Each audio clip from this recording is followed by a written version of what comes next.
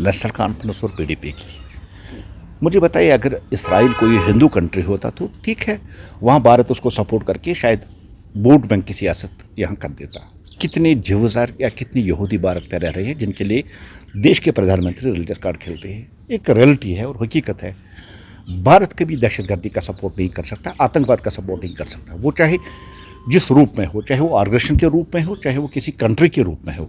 क्योंकि भारत पिछले 32 साल से खुद दहशतगर्दी का शिकार रहा है। क्रॉस बॉर्डर टेररिज्म की बार बार बात की और बार बार इंटरनेशनल फोरम पर नरेंद्र मोदी जी ने कहा कि दुनिया के लिए सबसे बड़ा चैलेंज अगर कोई है वो एक कट्टरपंथी है और दूसरा दहशतगर्दी। और दहशतगर्दी आलमी इंसानियत के लिए खतरा है।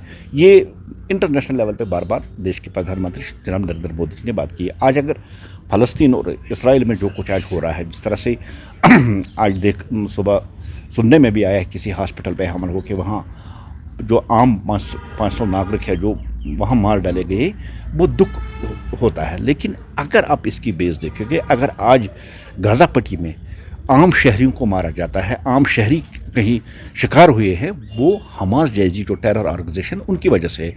इंटरनेशनल कम्युनिटी ने जिस तरह से लश्कर तैयबा, हिजबुल मुजाहिदीन, जैश मोहम्मद को दहशतगर्द तंजीम करार दे, इसी तरह हमास को भी और हिजबुल्ला को भी दहशतगर्द तंजीम करार दे दिया है।